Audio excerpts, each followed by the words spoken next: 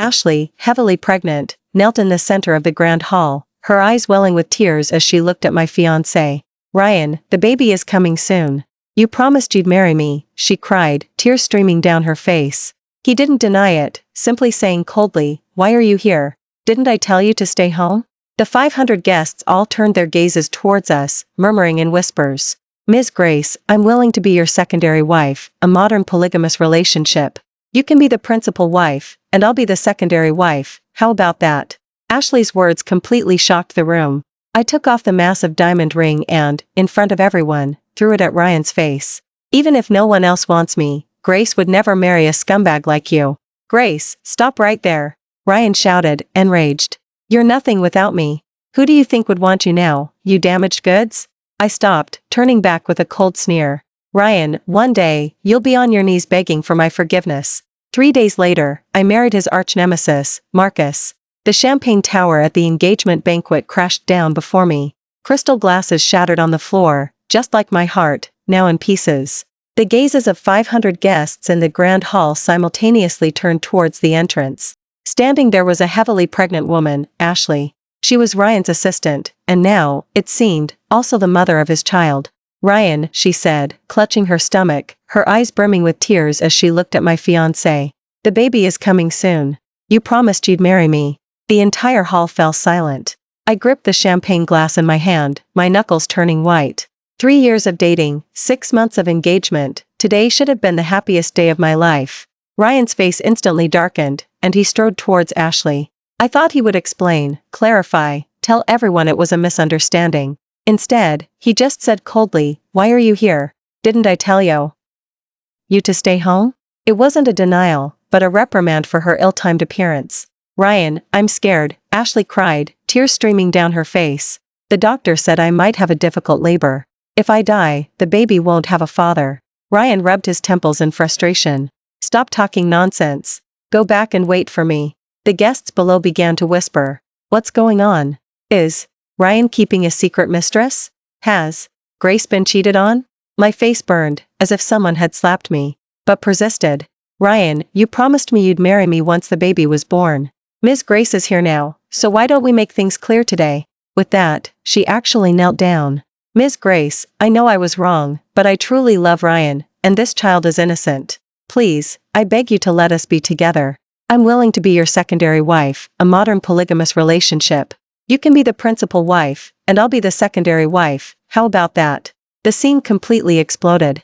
I heard people gasp, some cursing under their breath, and others secretly recording. Ryan's face was ashen. He walked back to my side and whispered, Grace, don't listen to her nonsense. I'll handle it. I looked at him, as if seeing this man for the first time. Handle it? I sneered. How will you handle it? Make her abort the child, or expect me to accept your and your child's existence? Grace, please let me explain, no need for explanations. I took off the massive diamond ring, worth 8 figures, and, in front of everyone, threw it at his face. Ryan, even if no one else wants me, Grace would never marry a scumbag like you. The engagement is off. I turned to leave, my heels clicking on the broken glass. Behind me, Ryan's enraged voice rang out, Grace, stop right there. You're nothing without me. Who do you think would want you now, you damaged goods? I stopped and looked back at him. Ryan, one day, you'll be on your knees begging for my forgiveness. After saying that, I left that sickening place without looking back. Behind me, I heard Ashley's triumphant laughter. Ryan, now it's just us. When I returned to their shared apartment, I found the electronic lock had been changed. The security guard looked at me apologetically. Ms. Grace, Mr. Ryan said you've already moved out, and the new owner here is Ms. Ashley. What a Ryan, he works fast. I pulled out my phone and called him. It rang for a long time before he picked up. Grace, have you come to your senses? His voice was triumphant. I knew you couldn't live without me. Ryan, get my things out. What things? Your old clothes? They were thrown out long ago. Oh, and that necklace your mother left you? I gave it to Ashley. She said she really likes it. My hands trembled. That necklace was my mother's relic, the most precious thing I had in the world. Ryan, how dare you? How dare I? He sneered. Grace, let me tell you, after 3 years with me, do you think you're still innocent? Who else would want you besides me? Be smart and come back and apologize, and I can let bygones be bygones. As for Ashley, just think of her as a nanny, responsible for bearing and raising children. Anyway, you can't have a son, so it's good she can share the burden. From the other end of the phone, Ashley's sweet voice chirped, "Ryan, don't talk about Ms. Grace like that, she's already so pitiful." "Yes, she truly is pitiful," Ryan chuckled maliciously. "An old woman nearly 30, what does she have besides a few lousy bucks from her family? Her face isn't as good as yours, her figure isn't as good as yours, and as for her skills in bed." I hung up the phone directly and then turned it off. Standing outside the apartment building, I suddenly realized I was homeless.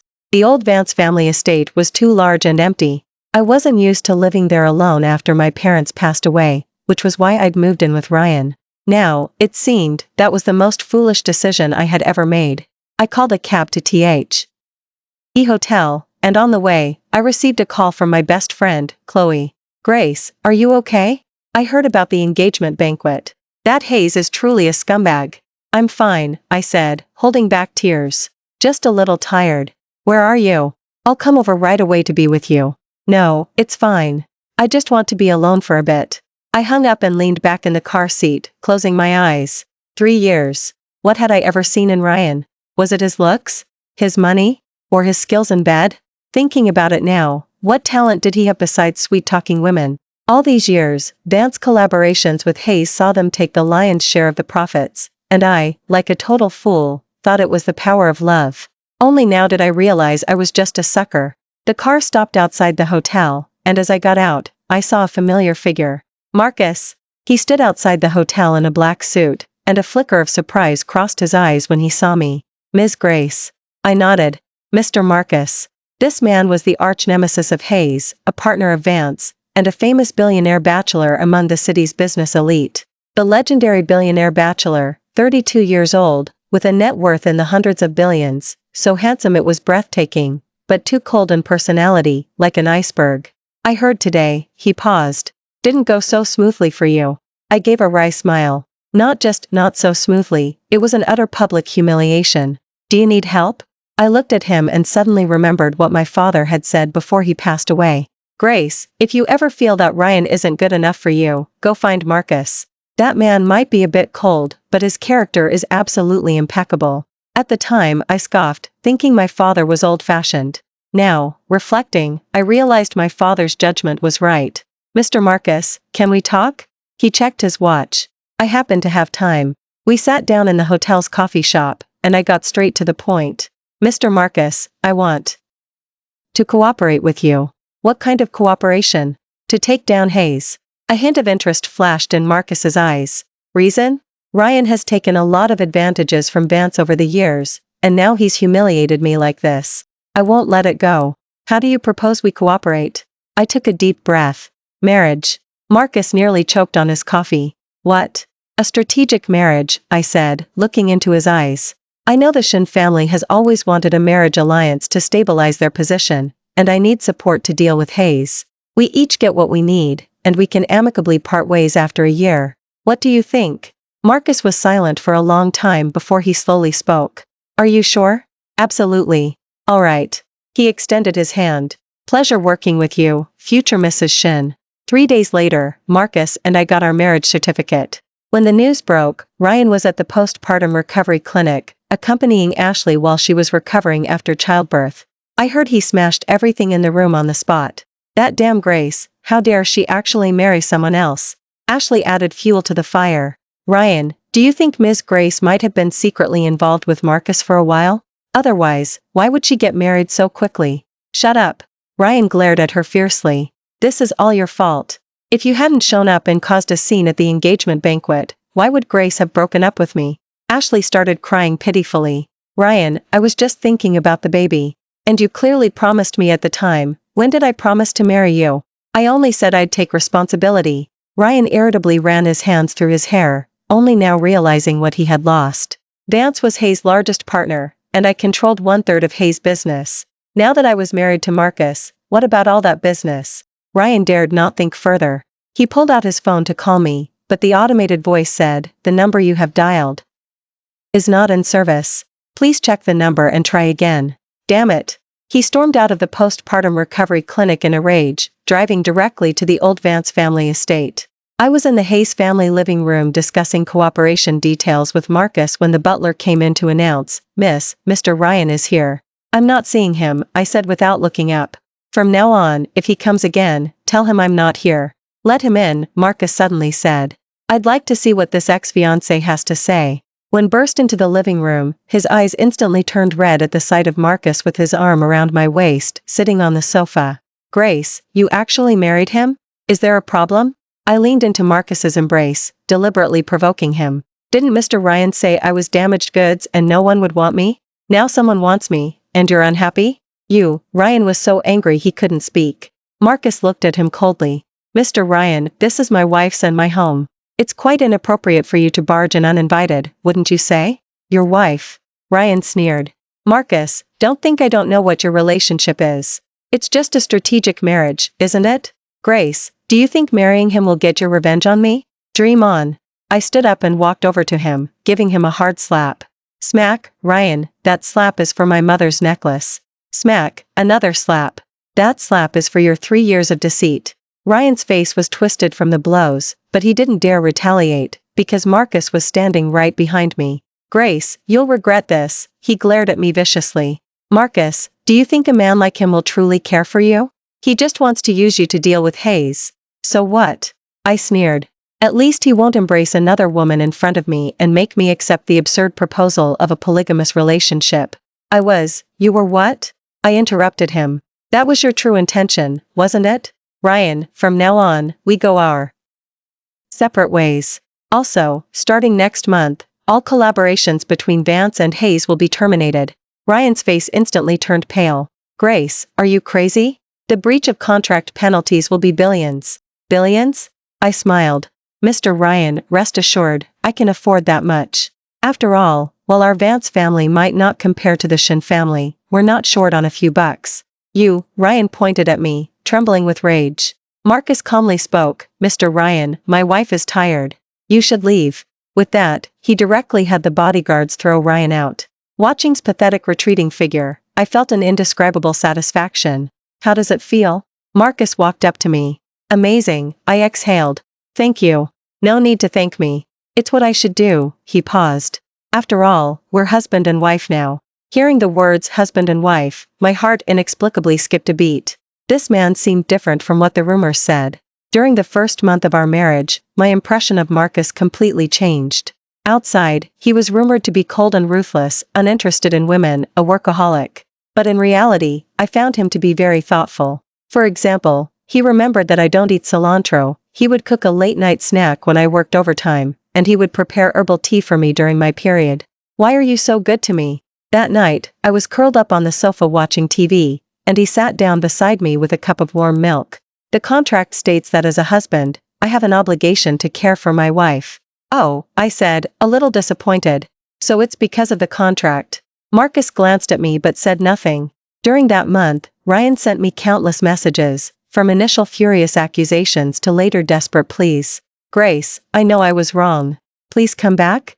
I've broken things off with Ashley. I don't want the child either. Please, give me another chance. I deleted them without even looking. Ashley, on the other hand, called me every now and then, crying and complaining. Ms. Grace, Ryan doesn't want me anymore. He says I'm the reason he lost you. Ms. Grace, I beg you to forgive Ryan. He truly loves you. Ms. Grace, I'm willing to leave, as long as you and Ryan make up. Listening to her crying hysterically, I found it amusing. Ms. Ashley, you've got the wrong number. You should talk to Ryan about your problems, not me. But said that if you forgive him, he'll marry me. I sneered, he really is as shameless as ever. Ms. Ashley, I advise you to give up on that idea. Men's words, especially Ryan's words, are not to be trusted, not a single one. With that, I hung up. The next day, Chloe rushed to find me. Grace, something's happened. What is it? Ashley jumped off a building. I froze for a moment. What? Last night, she jumped from the 3rd floor of the postpartum recovery clinic. She's currently fighting for her life at the hospital. Ryan is going crazy at the hospital, saying you forced Ashley to her death. I frowned. Nonsense. But it's trending online now, saying you used your power to bully a mistress into jumping. I opened my phone to check, and the top trending search was heiress forces mistress to death. The comments section was full of insults, just because they're rich? Is it easy for a pregnant woman? Ryan is a scumbag, but Grace isn't any good either. Rich family dramas are always exciting, but it's the child who suffers. I sneered. Ryan truly would stop at nothing. I'm going to the hospital. Are you crazy? Chloe pulled me back. You're in the eye of the storm right now. Going to the hospital would be walking into a trap. If I don't go, won't that confirm the accusation of forcing someone to their death? At the hospital, as soon as Ryan saw me, his eyes turned red. Grace, you venomous woman. Ashley is such a kind girl. How could you do something like this? The crowd around us began to point fingers at me. That's her, Ms. Grace. She looks oh quiet and gentle, but I didn't expect her heart to be so cruel. All rich people are like this, treating human lives like dirt. I ignored the surrounding chatter and looked at Ryan coldly. Mr. Ryan, please be clear. I had no direct contact with Ms. Ashley. Don't you know why she jumped? You, if I'm not mistaken, when she called me yesterday, you were right there, weren't you? I pressed on. You know what you said yourself. Ryan's face changed. I pulled out my phone and played the recording. Everyone can listen. This is the call Ms. Ashley made to me yesterday. In the recording, Ashley's clear sobs could be heard, along with Ryan's curses in the background. Why are you crying? You damn woman, you made me lose Grace. I told you long ago I wouldn't marry you. You chose to have the child yourself. Now look, Grace is married to someone else. Are you happy now? The crowd instantly fell silent. Ryan's face was ashen. That's edited. Edited? I sneered. Mr. Ryan, you can have it appraised. See if this recording has been edited. With that, I turned to the crowd and said loudly, everyone, the facts are clear. Ms. Ashley jumped because she was abandoned by Ryan, and it has nothing to do with me. Please do not be used by malicious people to spread false information. Furthermore, I reserve the right to pursue legal action against anyone spreading rumors. As soon as I finished speaking, a commotion erupted in the hospital. Ms. Ashley is awake. We rushed to the hospital room, where Ashley lay weakly on the bed. Ryan rushed over and grabbed her hand. Ashley, you're finally awake. It's all my fault. I shouldn't have treated you like that. Ashley looked at him, then at me, and suddenly spoke. Ryan, don't blame Ms. Grace. What? I jumped because I was distraught, and it had nothing to do with Ms. Grace, Ashley said weakly. Ms. Grace is right, you can't trust men's words. You said you loved me, but you never intended to marry me. You said you'd take responsibility, but after I had the baby, you turned your back on me. Ryan, let's end this, Ashley said, closing her eyes. I'm tired. Ryan stood frozen, speechless for a long time. Watching this scene, I had mixed feelings. While it was wrong to be a mistress, ultimately, she was a pitiful woman hurt by a man. The true villain was Ryan. After the Ashley jumping incident subsided, He's situation grew increasingly difficult. First, Vance terminated all collaborations, and then several other major companies also withdrew their investments. Only then did Ryan realize that Marcus was serious. He truly intended to bring down Hayes. Dad, what do we do? Ryan paced anxiously in the Hayes family living room. At this rate, we're going to go bankrupt. William's face was livid with anger. This is all you're doing. You had Ms. Grace, but you had to go and provoke some mistress. Now look, you've brought this wolf, Marcus, right to our doorstep. Dad, what's the use of saying all this now? Let's find a way to solve the problem. How to solve it? William scoffed. Unless you can get Grace back, Hayes is doomed. Ryan gritted his teeth. I'll go find her. Do you think she'll even see you? William was right. I really didn't want to see Ryan, but he found my weak spot. That day, I was in a meeting at Vance when my secretary rushed in. Ms. Grace, it's bad. Ryan is causing a scene downstairs at the office, and he's brought a lot of reporters. I frowned. What does he want? He's kneeling on the ground, saying he wants to apologize to you and beg for your forgiveness. There are a lot of people gathered downstairs, and it's causing a very bad impression. I sneered. Ryan really would try anything.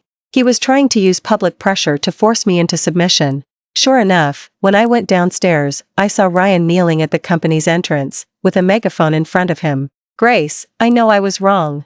Please forgive me, give me one chance. I swear, for the rest of my life, I only want you. Grace, our 3-year relationship can't just end like this. The onlookers whispered amongst themselves, who is that man? It looks like Mr. Ryan, Ms. Grace's ex-fiancé. Kneeling to beg for forgiveness, that's quite romantic. Ms. Grace is so heartless, she won't even look at him. The reporters, with their battery of cameras, snapped photos non-stop. I knew that if I didn't show up today, tomorrow's headlines would read, heiress cold and ruthless, ex-fiancé begs on knees, unmoved. Then public opinion would shift, and I would become the villainess. Ryan, you truly are devious.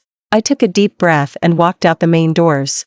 Seeing me appear, a flicker of triumph crossed Ryan's eyes, but on the surface, he maintained a pained expression. Grace, you finally came to see me. Ryan, that's enough, I said, looking at him coldly. This is my company, not a place for you to create a scene. Grace, I know you still love me, otherwise you wouldn't have come out to see me.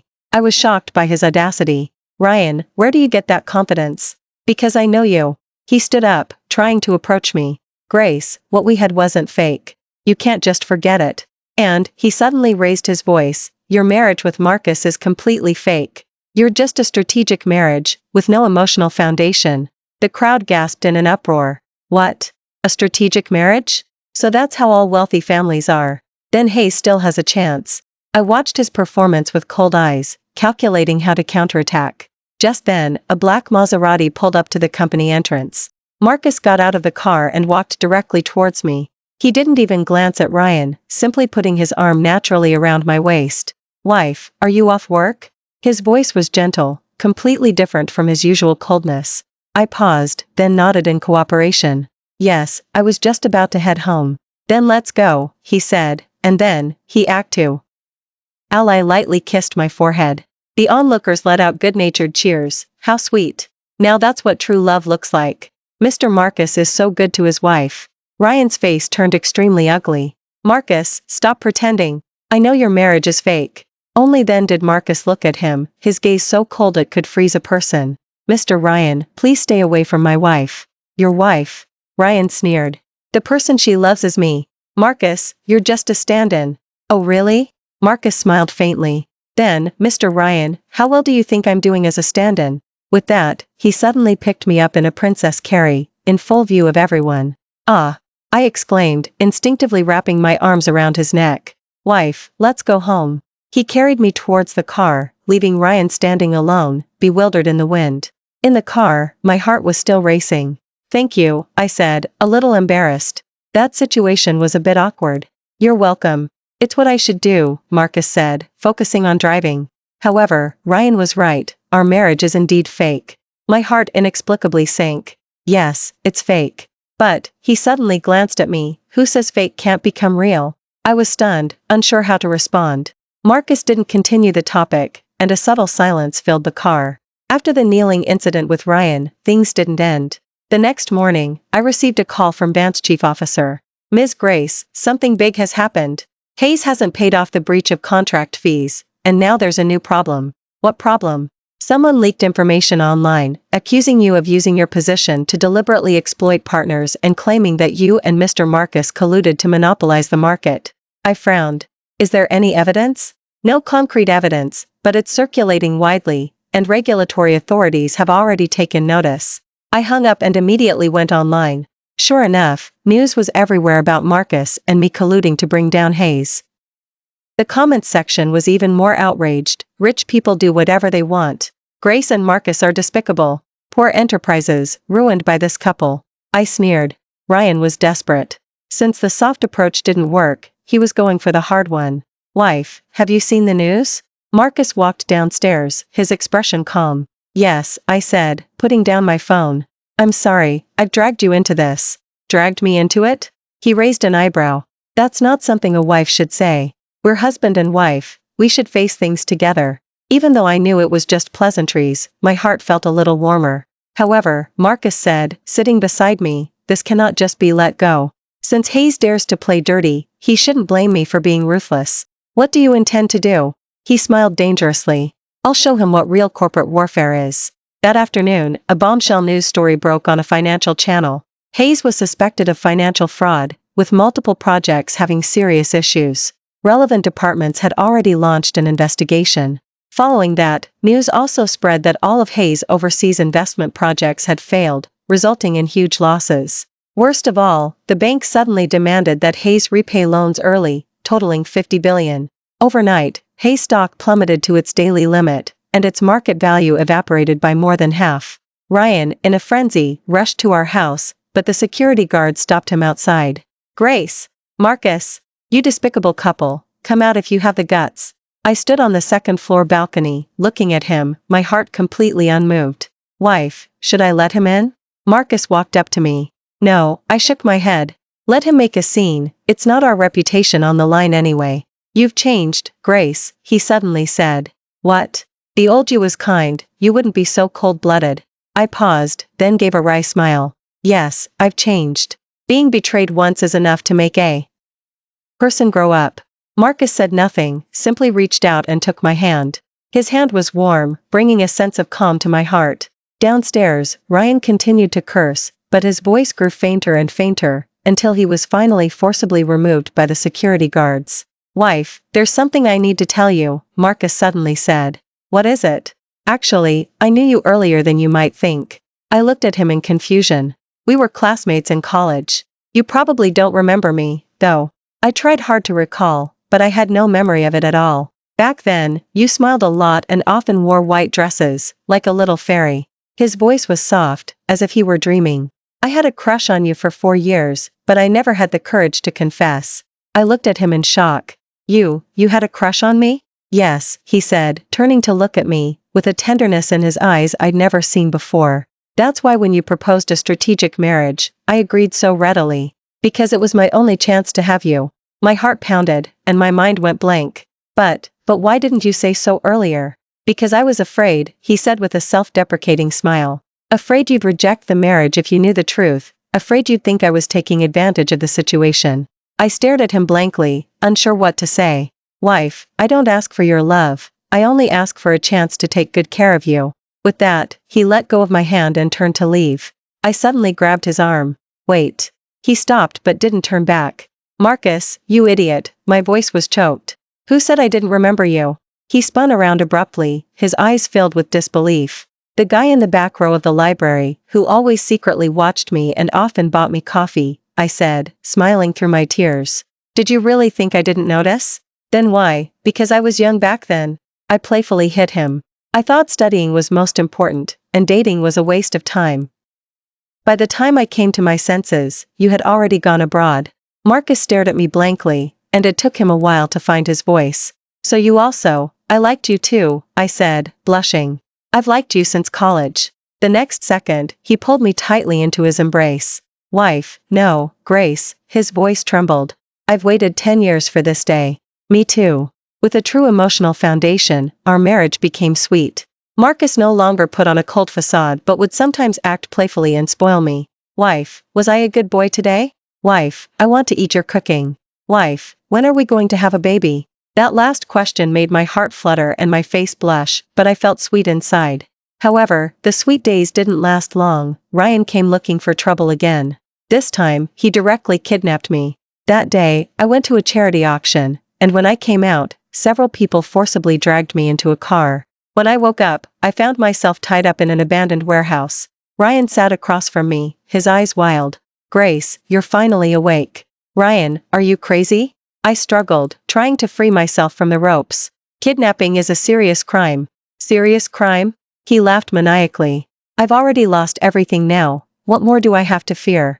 This is all your fault. He suddenly stood up, screaming hysterically. Grace, Marcus, you despicable couple, you've ruined everything for me. You brought this on yourself, who else is there to blame? I looked at him coldly.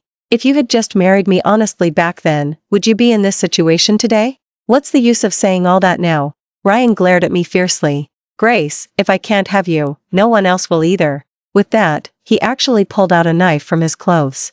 What do you want to do? My heart tightened. Die together, his smile was terrifying. We'll die together, and then Marcus will never have you. Ryan, calm down. I tried to remain composed. What good would killing me do you? No good, but I'd be happy. He raised the knife and lunged at me. I closed my eyes, bracing for death. Just then, the warehouse door was kicked open. Stop right there. Marcus rushed in, followed by a group of police officers. Seeing this, Ryan became even more frantic. Marcus, you've come at just the right time. Today, I'll make you watch your wife die right in front of you. With that, he really plunged the knife towards me. At the critical moment, Marcus lunged forward, shielding me with his body. A sickening thud. The knife plunged into his shoulder, and blood instantly stained his clothes red. Marcus! I shrieked. The police immediately subdued Ryan, and an ambulance arrived swiftly. At the hospital, I sat outside the operating room, waiting, my tears falling uncontrollably. Mr. Marcus will be fine, the secretary comforted me. It's just a shoulder injury, his life isn't in danger. It's all my fault, I choked out. If it weren't for me, he wouldn't have gotten hurt. Please don't say that. Mr. Marcus cares most about your safety. 3 hours later, the surgery was over. The doctor told me Marcus wasn't in life-threatening danger, but the wound on his shoulder was deep and required a period of rest and recovery. Looking at a pale Marcus in the hospital bed, I felt a terrible pang of sadness. I'm sorry, I said, holding his hand. I dragged you into this. He smiled weakly. Foolish girl, we're married. Protecting you is what I'm supposed to do. But, no buts, he said, raising his other hand with difficulty to wipe away my tears. Kirsten, promise me you won't cry anymore. Okay, I nodded. I won't cry anymore. And one more thing, his voice grew softer. I love you. Hearing those 3 words, my tears fell again. I love you too. Ryan was sentenced to 10 years in prison for kidnapping and intentional assault. In the courtroom, he looked haggard and no longer had his former full of swagger. Grace, I won't let you off the hook, he cursed as he was dragged away by the bailiffs. I'll be waiting for you in prison, waiting to see your downfall. I watched him being led away indifferently, my heart completely calm. This man finally got what he deserved. Hayes went completely bankrupt, and William was overwhelmed with rage over his son's situation and was admitted to the hospital. As for Ashley, it was said she took her child and returned to her hometown, vanishing without a trace. Everything was finally over. Marcus's injury recovered very well, and his cast was removed a month later. Wife, my injury is healed. Shouldn't I get a reward? He said, looking at me with a mischievous smile. What kind of reward? I asked, feigning ignorance. Like, a kiss? Blushing, I stood on tiptoe and gave him a light peck on the lips. Too light, he complained, unsatisfied. I want a real kiss. With that, he lowered his head and kissed me. The kiss was gentle and passionate, making my heart melt. Wife, let's have a child, he whispered, pressing his forehead against mine. Now? Now. Thank you for watching today's story. If you enjoyed this video, please give it a like and share it with your friends. We look forward to hearing your thoughts in the comments. Feel free to share your perspectives, and don't forget to subscribe to our channel for more exciting stories. See you next time.